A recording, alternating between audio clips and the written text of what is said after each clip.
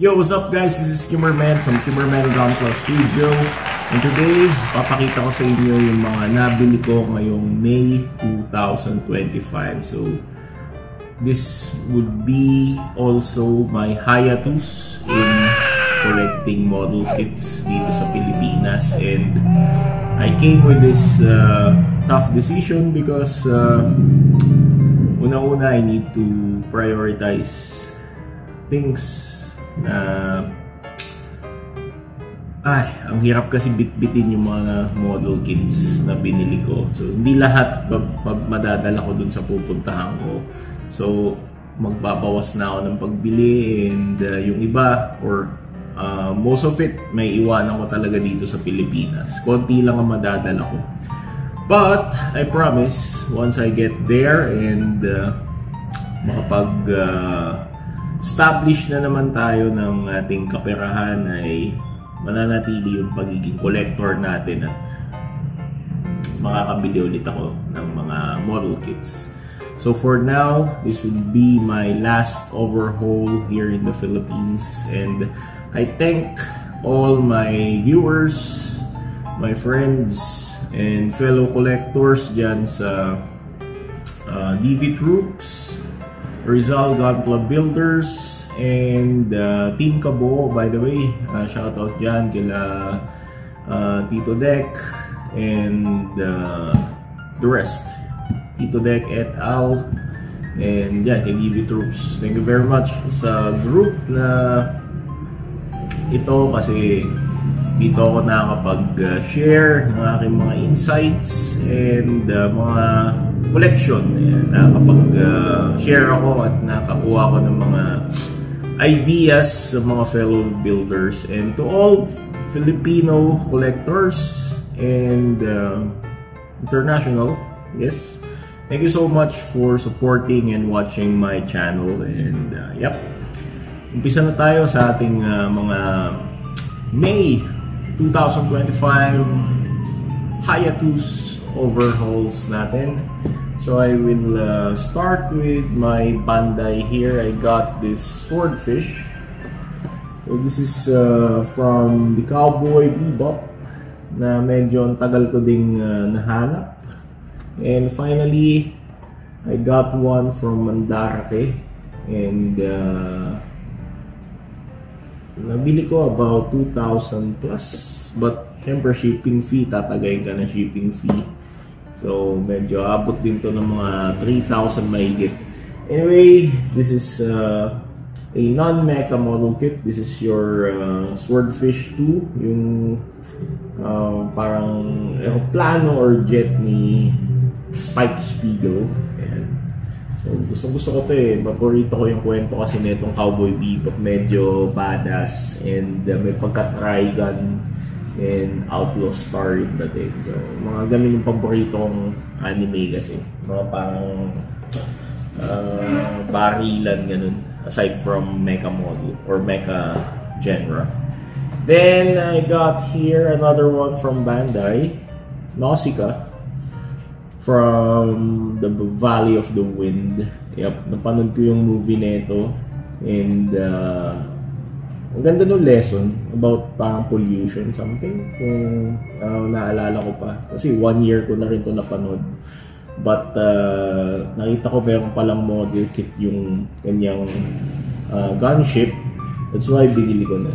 So I bought this from Sam's Model Kits, and thank you so much Sam's Model Kits for selling this to me at an affordable price of about 700 pesos, something like that. Nalimutan ko na exact price, but ganun lang yung range niya.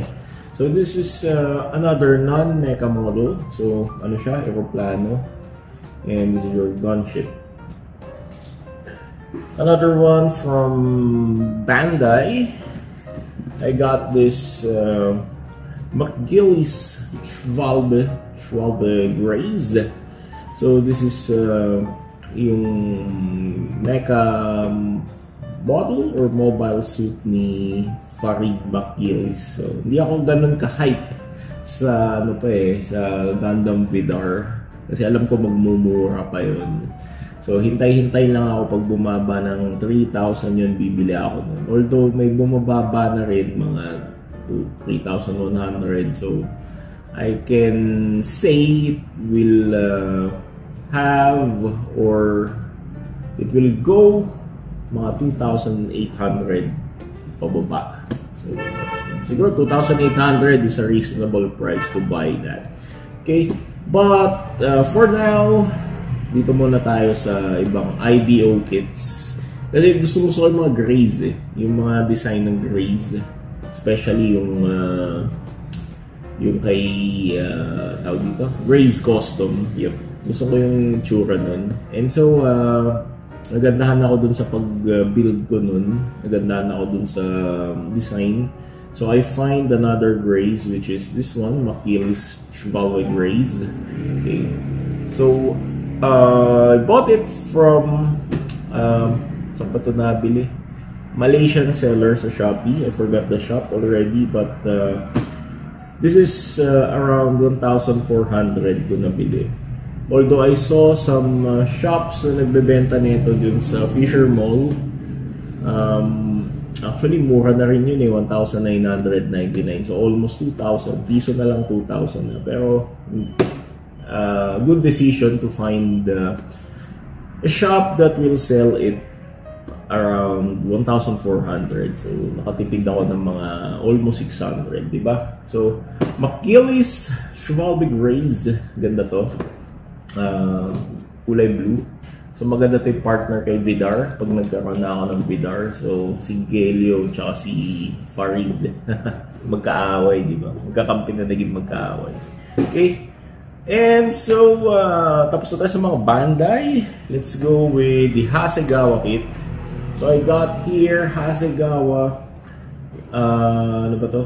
Space Wolf from, ano nga bang anime ito? Pucha, nalimutan ko. Si, sa pirate to eh. Space Pirate. Captain Harlock. Ayun, si Captain Harlock. Space Pirate. Okay, so, wala akong intention bilhin talaga to eh. Kasi hindi ko pa napapanood yung anime nito. Although napanood ko na yung Space Battleship Yamato. So parang may pagka similar yung dating ng story nun sa concept netong Space Pirate. So I bought already the ano ba yun? Yung Alpha 1 from Space Battleship Yamato. Okay, so ang ganda, nagandahan ako pero medyo na-turn off lang ako sa mga missile effect parts niya kasi you need to glue it. Hindi siya yung na i-snap fit lang. You need to glue it, although it's from Bandai, but not that satisfied. Even though maganda yung design.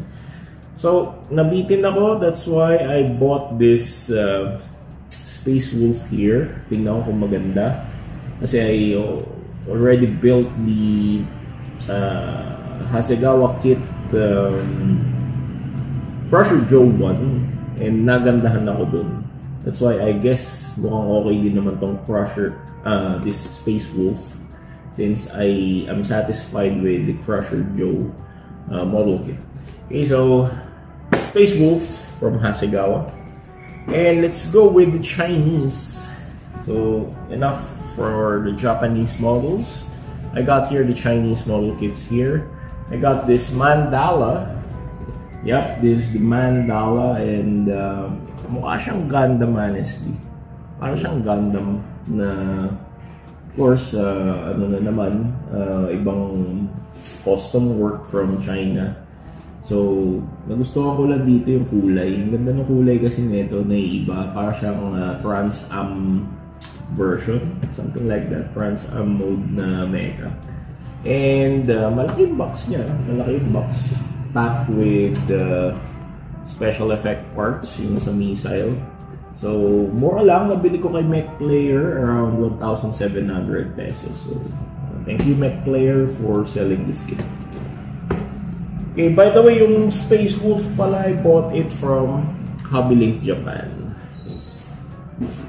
Then I got this Super Maneuver Armored Walker, and this is from Shopee, and this is the Cat 04, yung ano nila, gunner, para siyang version ni Gundam Heavy Arms na naging pusa.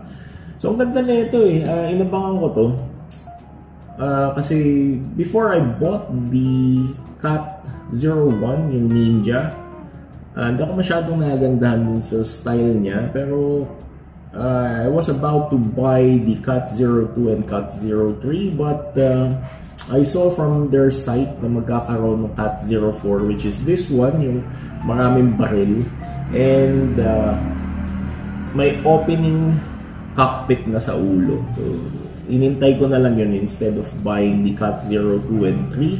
I just waited for the moment to have this Cat 04 kasi gusto ko yung opening cockpit niya dito sa head. And also yung tsura niya na parang siyang Gundam Heavy Arms. Since I like heavy arms, I bought this one. And malaki ang box niya, mabigat-bigat. Pero this is just about 1,200 plus. 1,300? 1,200, something like that. So I bought it again from MechPlayer. So actually MechPlayer is a nice shop to buy kasi updated talaga sila sa mga Chinese releases. Although pagdating sa presyo, I can recommend Hobby 168 and Hobby King kasi mas mura ng kaunti yung kanilang kits compare kay MechPlayer. So, mga 100 pesos difference. So, pero at least, di ba? 100 is 100.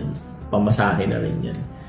And my last model kit here, this Holy Grail here, very large. The Dominant Titan. Yes, this is Dominant Titan. Ang bigat niya, actually, laki. Ang laki niya, promise. Hindi na siya sa screen eh. Dominant Titan from MechPlayer ko ulit nabili. I think this parang version dun sa Gundam Hathaway Noah, Hathaway Flash, yung Messner, if I'm not mistaken, the Messner mobile suit. So this is the Chinese version of it. Correct me if I'm wrong, but I think this is their version. Pero ang ganda, parang siyang Sazabi. Actually, mas malaki pa to sa Sazabi when I saw the complete build. And from the pictures and the review videos, mas malaki pa siya sa Sazabi. So, I didn't buy Sazabi, but I might consider this as a replacement of Sazabi. Okay? So, ang bigat, promise. And I only bought this one for 1,900. So, murang-mura. Kay MechPlayer ulit. So, thank you so much again, guys, for watching my final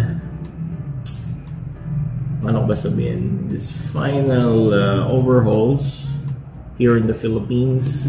My hiatus on buying model kits, and I don't know kung kailan pa. Anyway, basta I will update you pag nandun na ako sa pupuntahan ko and makaipon na tayo. I will start collecting again, and we'll see you next time. But still, I will create review videos since I have so many kits na hindi pa nare-review, and I hope you still continue to support me, and kita-kita tayo sa mga reviews ko. So this is Kimmerman from Kimmerman Gunpla Studio saying goodbye, God bless, take care, happy building, and see you next time. Bye! Bye! Salamat, paalam sa inyong lahat. Auf Wiedersehen, sayonara.